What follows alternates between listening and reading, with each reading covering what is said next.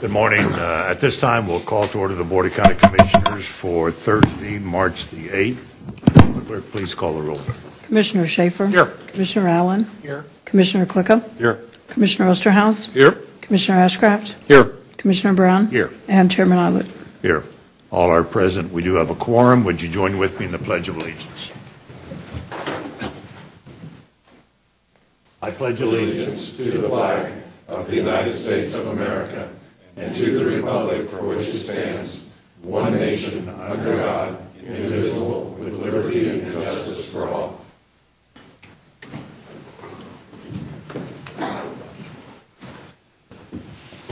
For those who are present, if you have a noise-making device, would ask that you turn it to silent mode or off so as not to interfere with our electronic communications.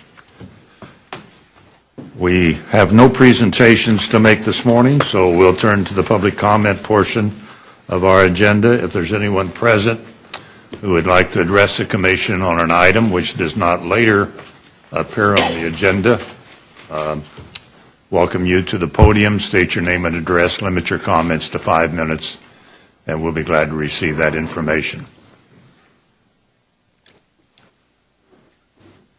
Is there anyone present to comment during the public comment period? There being no one, the public comment portion of our agenda is concluded. I do have several items for the notes of the record, signings that are going to occur. I will be signing the partial release of easement for the Consolidated Main Sewer District due to the removal of a sanitary sewer line in the vicinity of 94th Street and Lind Road in the city of Lenexa. Also an agreement with the city of Lenexa for the public improvement of Woodland Road from Prairie Star Parkway to K10. An agreement with the city of Lenexa for the public improvement of Marshall Drive from 87th Street Parkway to Flum Road. And finally, signing an agreement with the city of Olathe for construction of a stormwater management project known as 125th Street to 127th Street and Flum Road to Albervan Street. That concludes the notes for the record. Moving to the consent agenda, will the clerk please read the proposed consent agenda items? Item number 1, consider approving the February 15, 2018 business session minutes.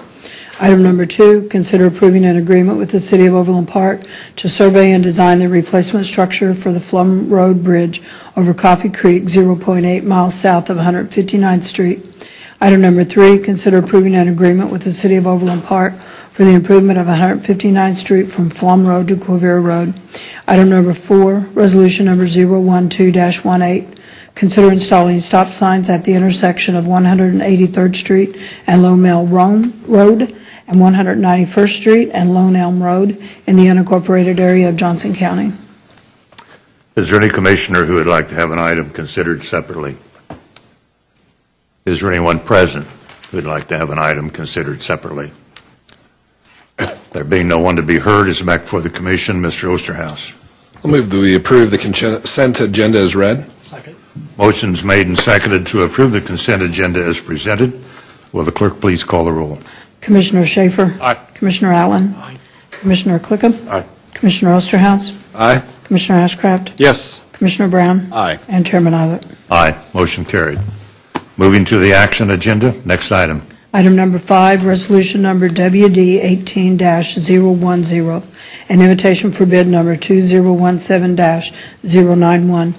Conduct a public hearing and consider authorizing funds for the purchase of an inductivity coupled plasma spectrometer and consider approving a contract with Thermal Electron North America, LLC to provide the equipment in an amount not to exceed $108,849.16. Public hearing is open. Ms. Pekarik. Good morning, Chairman and Commissioners. Susan Pekarik with Wastewater. The Johnson County Wastewater Lab analyzes samples of wastewater and sludge and other effluents for trace metal contaminants. And these analyses are required as part of our discharge permits. We also perform these analyses for other municipalities. The analyses need to be very accurate, in some cases down to the parts per trillion. An instrument known as the inductively coupled plasma mass spectrometer, or ICP-MS, which is what I like to call it, is really the best instrument to use for analyzing these trace metal contaminants. The request you have before you this morning is to replace an existing ICP-MS that has reached the end of its useful life. The purchasing department issued a request for bids, and those bids were opened on January 17th this year. We received 4 bids. The bids were very good. Our laboratory staff have reviewed the bids, and they've reviewed and the responsiveness of the bidders, and they recommend awarding a contract to Thermo Electron North America with a low bid of $108,849.16. We included funding for this equipment in our capital improvement program that we presented to you last year in May of 2017. I'll be happy to answer any questions. Okay, questions? Mr. Ashcraft. Thank you, Mr. Chairman. Ms. Eric, thank you. I have no questions about this bid or process. I think you've done an excellent job there. But the question I had was, this focuses on, as I understand it, heavy metals and Correct. potential contaminants. Is there anything that you know about or planning for in regards to plastics in the drinking water and future testing and I'll say filtration, if that's not the right term, please correct me on that. But I've heard that is a coming issue, and I don't know, is that coming immediately, or is that something in the future? It's in the future. I would not say the near future. The science is still being, collected and evaluated. So, yes. Very good. Thank you. Okay. Any other questions? Mr. Osterhaus. Susan, we know, because we see you often, that we meet and exceed the Clean Water Standard Acts, but could you explain maybe into a little more detail about how this equipment helps with those tests? Yeah, sure. So we have limitations that are part of our discharge permits. So when we collect, transport, and treat the wastewater to our treatment facilities, then we need to sample to demonstrate that we're meeting those limits. And as you mentioned, we are often exceeding those, or we're at least meeting our permits 100% of the time. For example, year before last, we did not have any permit exceedances, and that's why you see us coming to you in August to award the NACWA Peak Performance Awards. But it's important to be able to do these analyses because we can not only demonstrate compliance, but in some cases we need to do additional testing if perhaps something gets upset as part of the process. So we have this flexibility to be able to perform that testing right away and make adjustments again, so we can still make sure that we're meeting our permit requirements. Does that answer your question? It does. Thank you. Good. All right, any other questions? Is there anyone present who would like to address the commission on this item or has a question? All right, there being no one to be heard, the public hearing is closed and the item is back before the commission. Mr. Osterhaus. I'll move the board adopt resolution number WD 18-010, authorizing funds for the purchase of an inductively coupled plasma spectrometer and approving a contract with Thermo Electron North America, LLC, to provide the equipment in an amount not to exceed $108,849.16 per invitation for bid number 2017-091. Second. Motion's made and seconded to approve the resolution and award the bid as noted to Thermo Electron North America. Any further questions or discussion? There being none, clerk, please call the roll. Commissioner Schaefer? Aye. Commissioner Allen? Aye. Commissioner Clickham? Commissioner Osterhaus? Aye. Commissioner Ashcraft? Yes. Commissioner Brown? Aye. And Chairman Eilert. Aye. Motion carried. Next item. Item number 6, resolution number 013-18. Consider authorizing the acquisition by condemnation of the road rights-of-way and easements necessary for the 199th Street Shoulder Safety and Structural Improvement Project between Homestead Lane and Gardner Road. Mr. Vos. Morning, Jeff Vos with Public Works. This project is 199th Street from Homestead to Gardner. We're doing safety improvements and structural improvements on this road. We're needing to move forward in our schedule. We have utilities that we need to get relocated in order to be able to begin construction in the spring of next year. We've acquired 22 tracts of right-of-way. We have 2 remaining, so since our last time up here, we have acquired 1 additional one. We're still continuing to negotiate with these. This resolution will give us an additional tool to be able to continue with these negotiations. We are very reluctant to actually move forward and file petitions. We've been very successful in being able to negotiate these with our residents. In fact, we were trying to think it's been at least 10 plus years since we've actually had to file and acquire by condemnation. So we've been very successful about negotiating. We're going to continue to negotiate with these residents, and we truly will be using this authority as a last resort as we move forward. Okay. Well, I'm glad to hear you say that. Most recently, we authorized this action on Block 29 for the parking lot for the courthouse, and we were successful in negotiating with every one of those property owners without using this tool. So I can understand the need, but I would hope that we'd be able to negotiate with the remaining property owners without going down this route. Mr. Brown. Thank you, Chairman.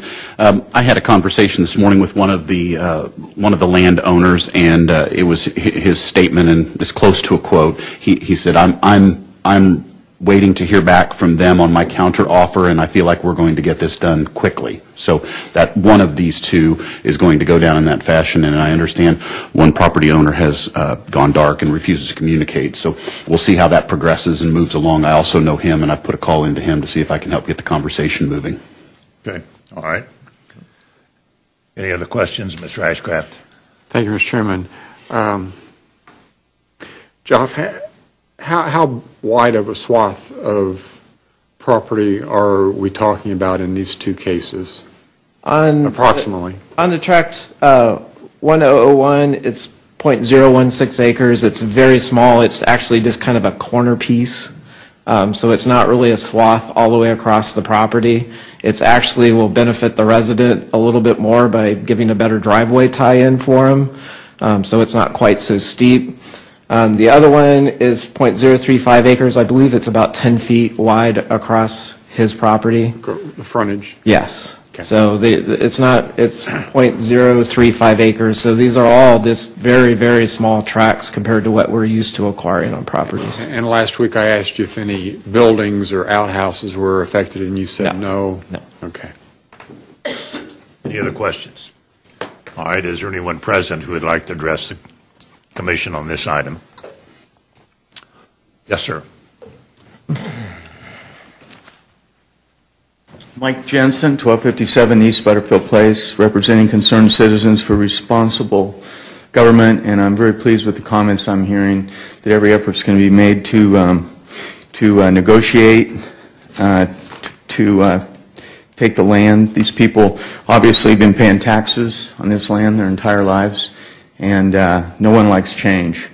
So, and I just want to throw caution out there to, from my own personal perspective, I've seen this body has been willing to run over individuals. I just encourage you to do everything possible to not do that, to negotiate in good faith and get this done without having to use this tool. And thank you for all your work. I know Mike Brown, from what his comments, has been very involved in this, and we would actually like to go out and talk to the homeowner too. If it's that little land, maybe we can encourage him to get off the fence too. Thank you very much. Thank you. Is there anyone else? All right. If there's no one else to be heard, is back before the Commission. A motion would be in order. Do I hear such a motion? Mr. Brown, did you have one? I'm sorry, Ron. Okay, Mr. Schaefer. Yes, sir. I move to adopt resolution number 013-18 to authorize condemnation of the rights-of-way and easements needed for the 199th Street project between Homestead Lane and Gardner Road. Second. Motion has been made and seconded to approve the resolution 013-18. Is there any further questions or discussion, Mr. Ashcraft? Thank you, Mr. Chairman. Mr. Chairman, I have often expressed concerns about the use of this tool, and the impact on property owners, and that oftentimes has swayed my vote. But given the circumstances here, as I understand it, as it's been presented, I think this course of action is reasonable, and would expect, hopefully Mr. Brown or will give us any report if something occurs that we currently are not familiar with. But having said that, I will be supportive of the motion. Okay. Any other comments? All right. Will the clerk please call the roll? Commissioner Schaefer? Aye. Commissioner Allen? Aye. Commissioner Clicka? Aye. Commissioner Osterhaus? Aye. Commissioner Ashcraft? Yes. Commissioner Brown? Aye. And Chairman Eilert. Aye. Motion carried. Are there any other items on the action agenda? No, sir. All right. Returning, we'll go to reports and communications. Manager's report. Ms. Post Oak Ferguson. I have no report today. Last week, I talked about the requested information for a one-pager on the incentives, and we should get that to you today or tomorrow at the latest. Okay. Legislative update. Ms. Green.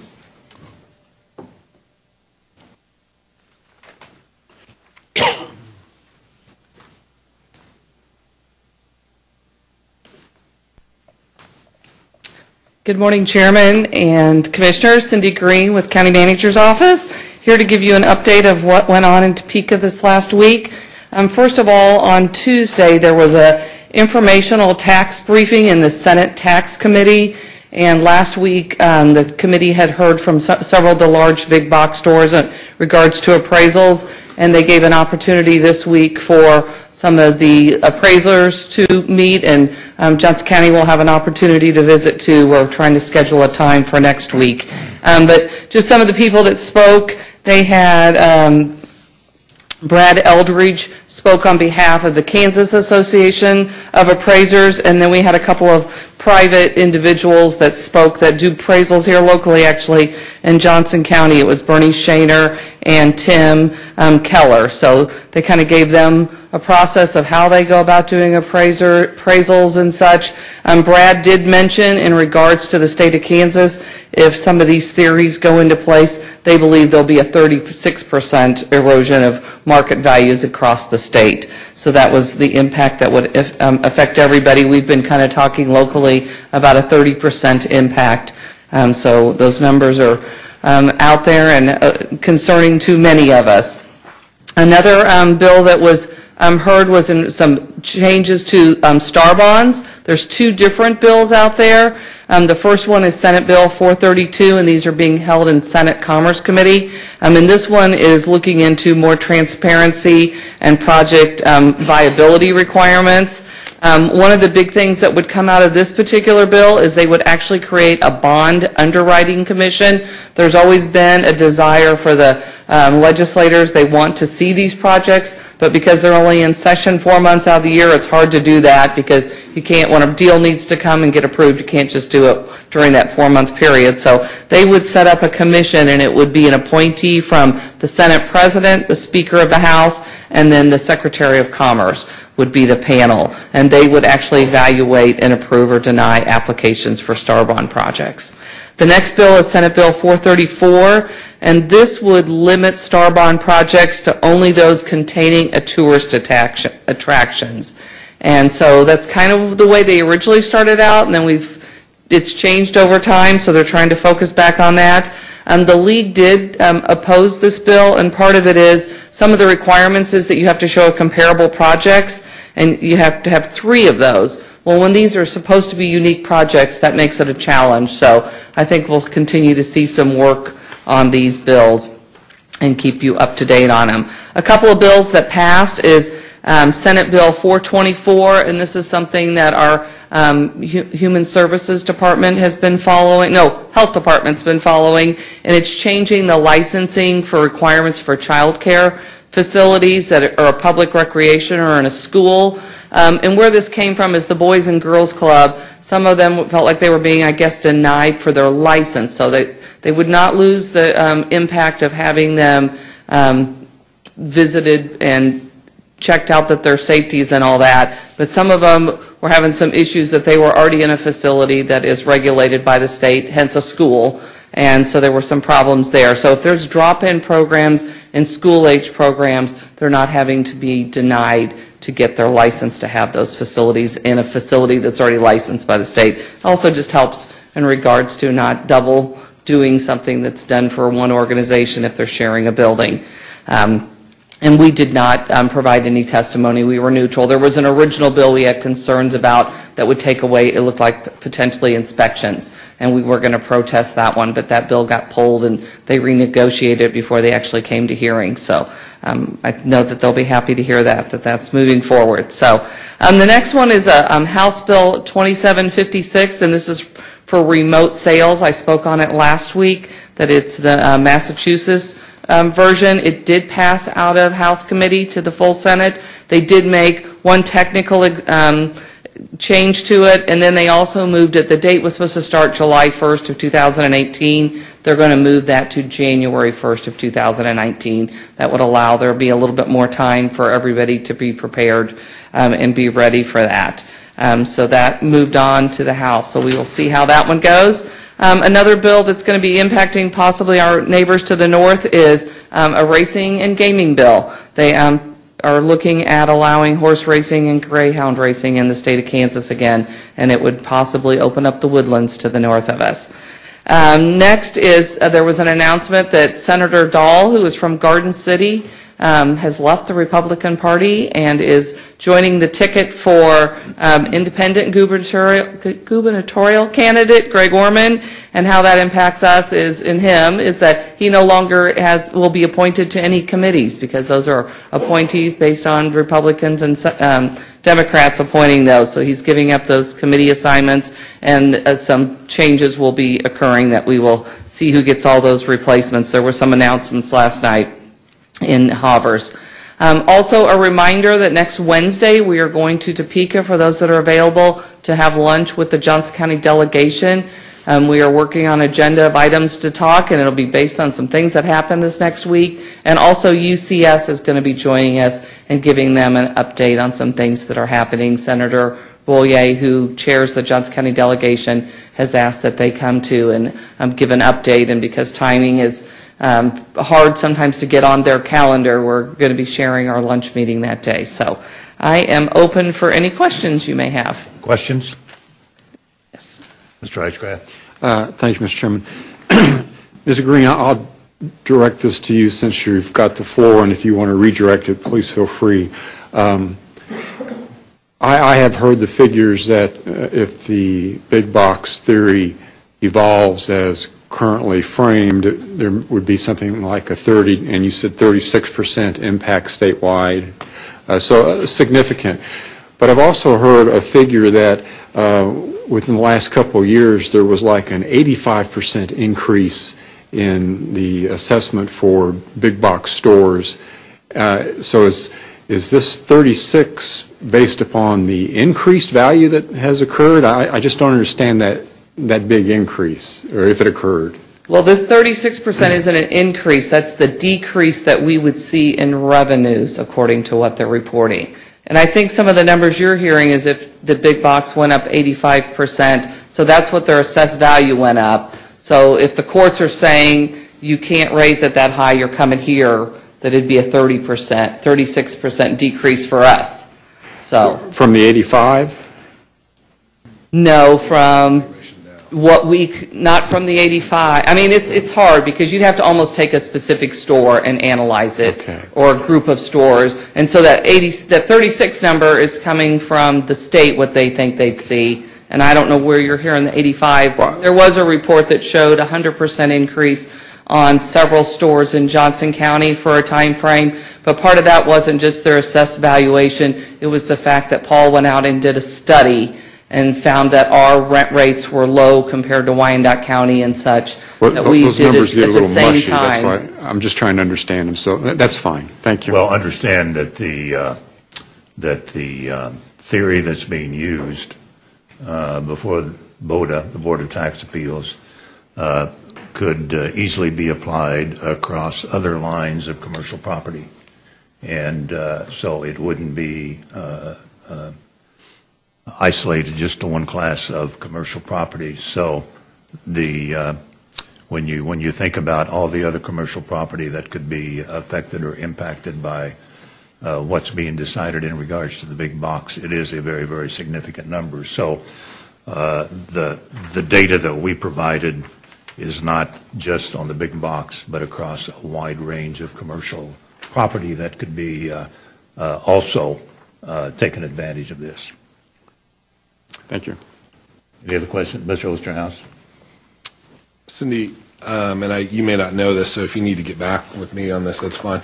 Do we know how many of these big box stores receive some sort of TIF or tax abatement of some sort? I do not Or have in the that full process report in front of me, but I have requested one. I do know at this time there are 3 Target stores that are currently in a TIF district. But they were going to, appraiser's office is going to get us a full map of that, and as soon as I get that, I will share it with you. I think that's important to know in the sense that some of their property taxes may be abated already, depending on whatever the percentage of the TIF is. So that's an important, if we can get that information at some point. Thank you. No, I think that is a good point, because some of them may have been in TIF districts in the past, or CIDs, and their locations directly benefit from those kind of tax incentives also. So, Mr. Allen? I had a question on the remote sales tax. If that's approved by the state, and I think I saw the percentage of 6.5%, would that also filter down to city and county and special taxing districts for the sales tax also? Yes, because I think we would follow right along with the state. If they're going to be collecting those tax, they would tax it at the full amount, whatever the district is, and then have to send us our share, our portion back. Thank you. Any other questions? Just to follow on, though, to clarify to Commissioner Allen's question, are we sure it includes state or local jurisdictions, or is it just state? I mean, that's an important point. Let me go double check and read the bill, but I thought it was for the full sales tax amount, because otherwise... Well, I hope it is. It would be, because then that would be, the programs that are out there are drafted so that it's based on your zip code and your address, so when you go to pay sales tax, they know what to charge you based on where you live, because even within your city, there's different sales tax. Right. So I can't imagine that they're out there trying to request another program that would have to be written to only collect the house or the state piece of that sales tax, but I will go check. Well, and just as a matter of perspective, the state sales tax, as I understand it, is consistent throughout the state, while in jurisdictions it can vary across the street from each other. So and programmatically, in terms of auditing it, it is substantially more challenging. So just an observation. I hope you're right, but I think Commissioner Allen's question is a valid one. Yeah. Quarterly they put out a report that updates, here's how much each area is based on address, okay, what your sales tax is in your area. So business, because even a local business needs to know that. So yeah. If my office is across the street here in Olathe and I'm a retail person, I need to know what my sales tax is for my address for my walk-in clientele. Very good. Thank you. Mr. Brown. A general question. I have heard $100 million as the number of the downside consequence of this becoming the law of the land and the rule that we follow. $100 million. I've gone back and looked up the tax obligation annually for Target in Johnson County, and it's about $22.5 million. So I assume the $100 million is across all commercial property? Right.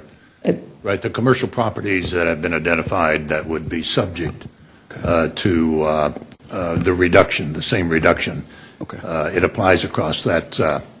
Because with the pending case at Court of Appeals, Kansas Court of Appeals right now, the maximum that they could take it to would be zero. If they said Target owed none, which isn't going to happen, but if they said they owed none, it's a $22.5 million maximum hit. That's why I keep hearing the $100 million, and I know that their maximum. So with it pending in a court case, I know that there is a legislative track to this and conversation occurring, but there's also a pending court decision coming that is going to have a profound impact on the direction this is all going, and we're expecting that relatively soon, as I understand it. Is that accurate? Don?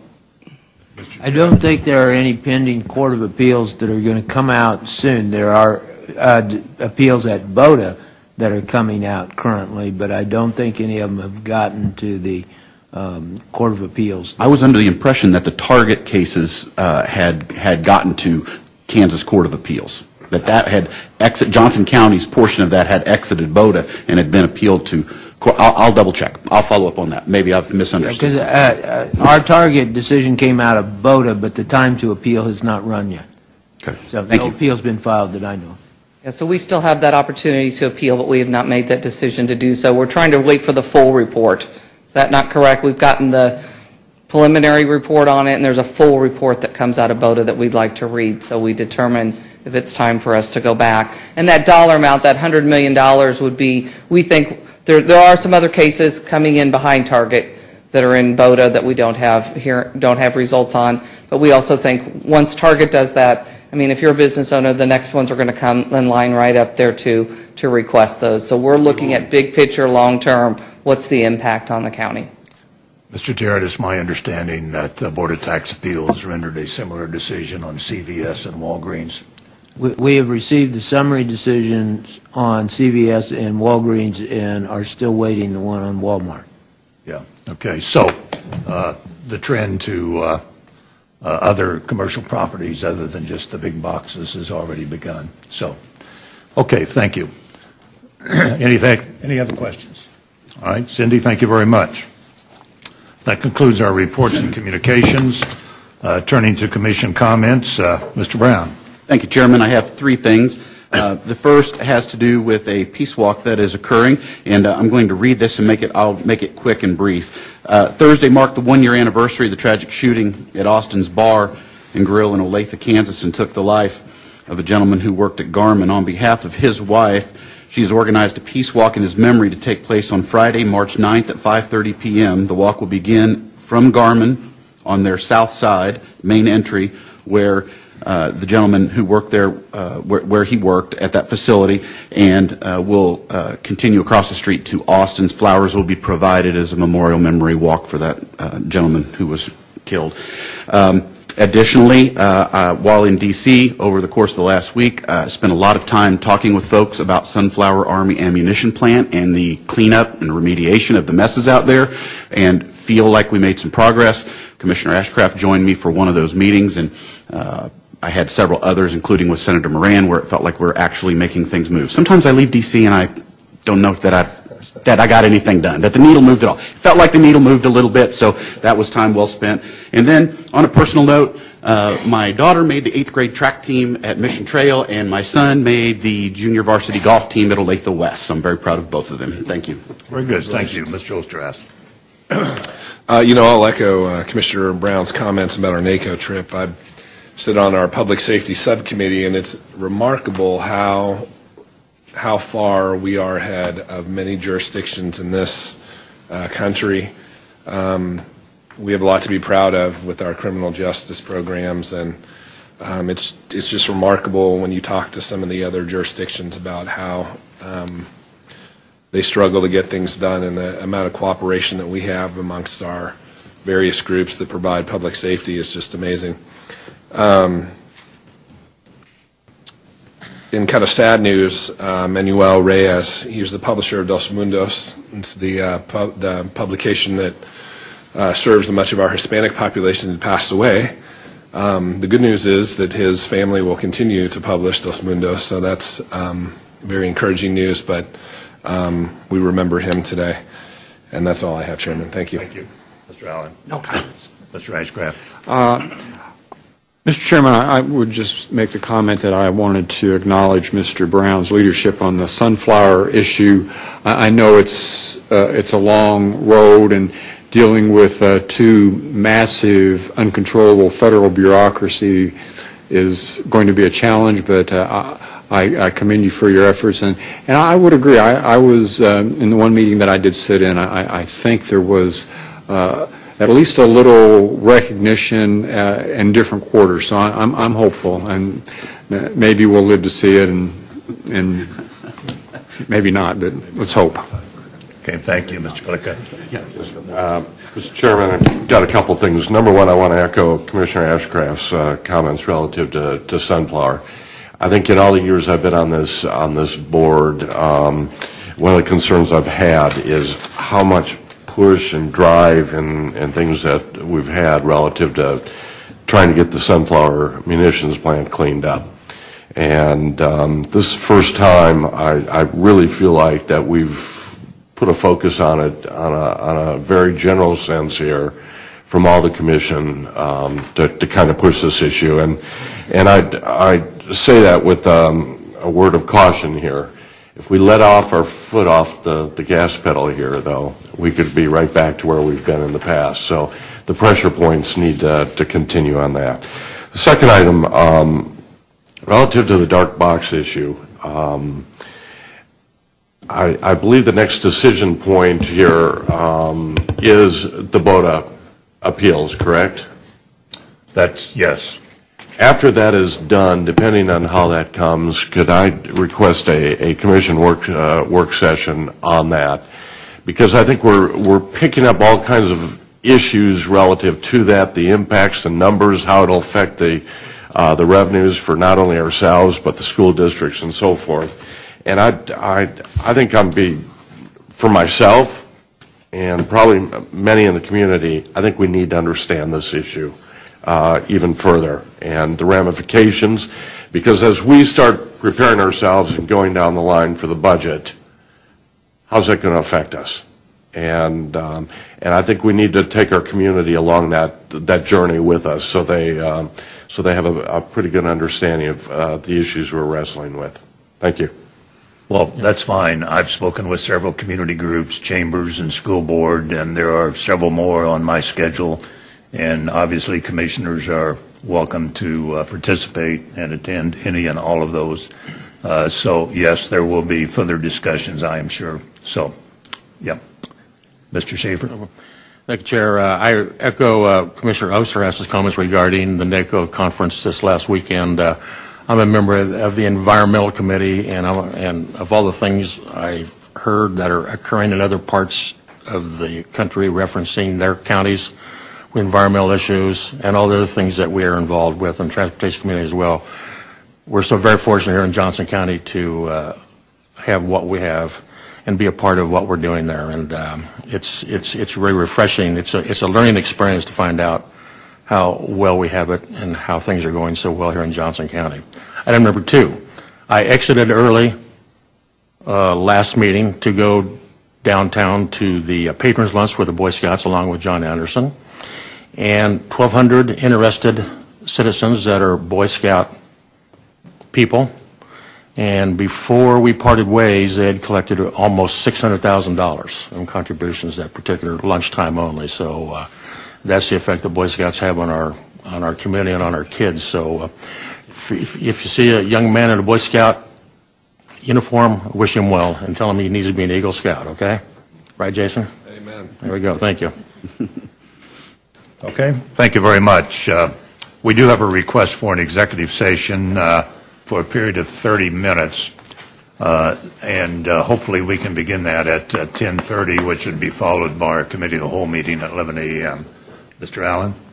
I would move that the board recess its open meeting and convene an executive session at approximately 10:30 a.m. for a period of 30 minutes for the purpose of receiving the advice of counsel and to preserve attorney-client privileges, and to reconvene an open session in this room at approximately 11 a.m. or as soon thereafter as the executive session may end. Second. A motion has been made and seconded to approve the request for executive session beginning at 10:30 a.m. for a period of 30 minutes. Will the clerk please call the roll? Commissioner Schaefer? Aye. Commissioner Allen? Aye. Commissioner Clickham? Aye. Commissioner Osterhaus? Aye. Commissioner Ashcraft? Yes. Commissioner Brown? Aye. And Chairman Aller. Aye. Motion carried. That concludes our agenda. We are in recess and will reconvene following our executive session. We'll take a short break and come back for agenda review. Thank you all. Thank you, Mr. Chair.